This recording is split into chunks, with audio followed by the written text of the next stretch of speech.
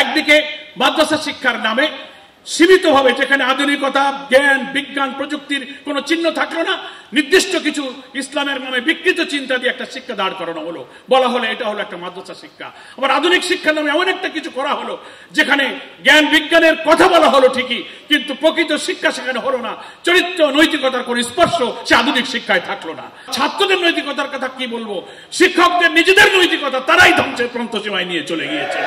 ফলে আমাদের এই জোড়া তালি দেওয়া শিক্ষা ব্যবস্থা দিয়ে যতই আমরা এটাকে মেরামত করতে চেষ্টা করি, আমাদের জাতির সেই আশা আকাঙ্ক্ষা, আমাদের নতুন বাংলাদেশ যেটার স্বপ্ন আমরা দেখছি, আমাদের সোনার ছেলের রক্ত দিয়ে যে নতুন বাংলাদেশ গড়ার জন্য, নতুন দেশ বিনির্মাণের জন্য আমাদেরকে রক্তের ঋণ দিয়ে গেল, সে ঋণ কিন্তু শোধ করা যাবে না।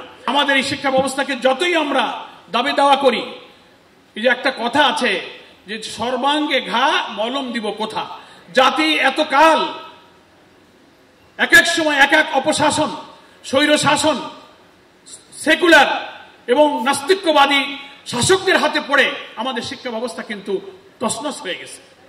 ফলে আমরা আজকে এই দাবি করতে চাই, ওই দাবি করতে চাই, এটা করতে হবে, কিন্তু আসলে কোনো জায়গায় একটা জায়গায় মেরামত করে এই জাতির আসল আশা কিন্তু পূর্ণ হবে না। কারণ আমাদের এই বর্তমান যে শিক্ষা ব্যবস্থা আমাদের দেশে চলছে, এক এক সময় এক এক সরকার আসেন, নতুন করে দর্শন দেন, শিক্ষা কমিশন গঠন করেন।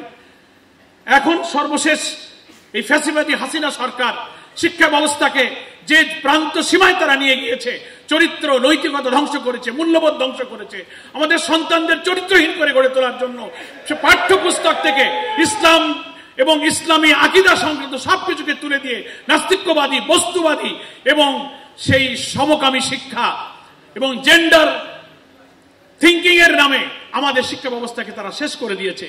এবং যে কারণে আজকে বিশ্ববিদ্যালয়ের বড় বড় প্রফেসর থেকে শুরু করে প্রাইমারি স্কুলের টিচার পর্যন্ত জনগণের নৈতিকতা, ছাত্রদের নৈতিকতার কথা কি বলবো, শিক্ষকদের নিজেদের নৈতিকতা তারাই ধ্বংসের প্রান্তসীমায় নিয়ে চলে গিয়েছে। ফলে আমাদের এই জোড়া তালি দেওয়া শিক্ষা ব্যবস্থা দিয়ে যতই আমরা এটাকে মেরামত করতে চেষ্টা করি, আমাদের জাতির সেই আশা আকাঙ্ক্ষা, আমাদের নতুন বাংলাদেশ যেটার স্বপ্ন আমরা দেখছি, আমাদের সোনার ছেলের রক্ত দিয়ে যে নতুন বাংলাদেশ গড়ার জন্য, নতুন দেশ বিনির্মাণের জন্য আমাদেরকে রক্তের ঋণ দিয়ে গেল, সে ঋণ কিন্তু শোধ করা যাবে না। সেজন্য আমরা মনে করি যে মনে রাখতে হবে এই শিক্ষা ব্যবস্থা কোথা থেকে আসলো। ব্রিটিশ ভারত তারা যে শিক্ষা ব্যবস্থা রচনা করেছিল, তাদের শিক্ষার উদ্দেশ্য জাতি গঠন, দেশ গঠন, চরিত্র গঠন, এই উদ্দেশ্য তাদের ছিল না। তারা মনে করেছিল শতাব্দীর পর শতাব্দী আমাদেরকে তারা শাসন করবে, সেজন্য শিক্ষা ব্যবস্থাকে একটা কেরানি তৈরি করার শিক্ষা পাঠ্যপুস্তকে, কারিকুলামে, সিলেবাসে এমনভাবে তারা সাজিয়েছিল যে এক ঝাঁক কেরানি তৈরি হবে এবং সেখানে একমুখী সমস্ত কিছুর মূল্যবোধ, সংখ্যাগরিষ্ঠ মানুষের আকীদা, ইসলামী মূল্যবোধকে তার মধ্যে ধারণ না করে তারা জাতিকে বিভক্ত করে ডিভাইড অ্যান্ড রুল পলিসির মধ্য দিয়ে শিক্ষা ব্যবস্থাকেও তারা বিভক্ত করে ফেললো।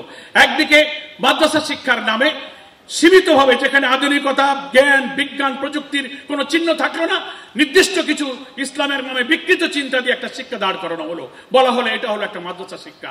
আবার আধুনিক শিক্ষার নামে এমন একটা কিছু করা হলো যেখানে জ্ঞান বিজ্ঞানের কথা বলা হলো ঠিকই, কিন্তু প্রকৃত শিক্ষা সেখানে হলো না, চরিত্র নৈতিকতার কোনো স্পর্শ সে আধুনিক শিক্ষায় থাকলো না। একদিকে সৃষ্টি হলো মিস্টার, একদিকে সৃষ্টি হলো মৌলবী, জাতি দুই ভাগে বিভক্ত হয়ে গেল।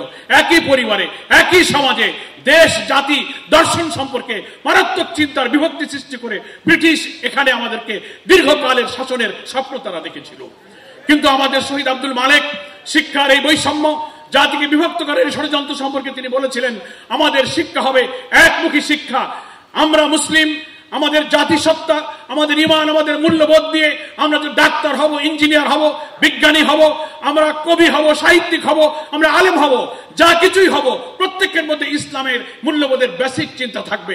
ডাক্তার হবে মুসলিম ডাক্তার হবে, ইঞ্জিনিয়ার হবে মুসলিম ইঞ্জিনিয়ার হবে, সাহিত্যিক অধ্যাপক হবে তারা মুসলিম সাহিত্যিক কবি অধ্যাপক হবে, যার বেসিক একটা পর্যায় পর্যন্ত ইসলামের বেসিক জ্ঞান তার থাকবে।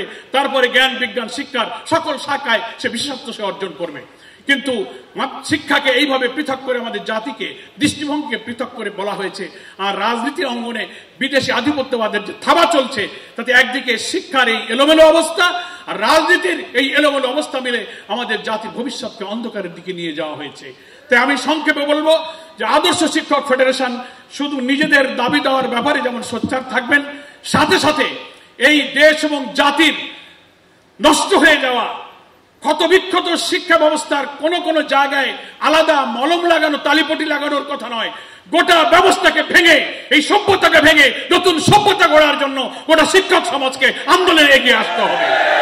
তা না হলে আপনি চিন্তা করতে পারেন, বিশ্ববিদ্যালয়ের টিচারদের নৈতিকতা নাই, চরিত্র নাই, তারা ছাত্রীদেরকে ধর্ষণ করে, তাদের চরিত্রহীনতার জন্য চাকরি সাসপেন্ড হয়। ঠিক তেমনি স্কুলেও শিক্ষকদের যখন চরিত্র নেই, তো তারা ছাত্র ছাত্রীদেরকে কি চরিত্র গঠনে নসিহত তারা করবে? ফলে আপনি আজকে একটা জায়গায় মেরামত করতে যাবেন, কিন্তু আরেকটা জায়গা নষ্ট হয়ে যাবে। এর মূল কারণ হলো এই দেশ, এই জাতি, এই সভ্যতা, এই যে আদর্শের ভিত্তিতে আমরা দাঁড়িয়ে আছি, এই আদর্শ, এই সমাজকে ভাঙতে হবে, নতুন সমাজ গড়তে হবে।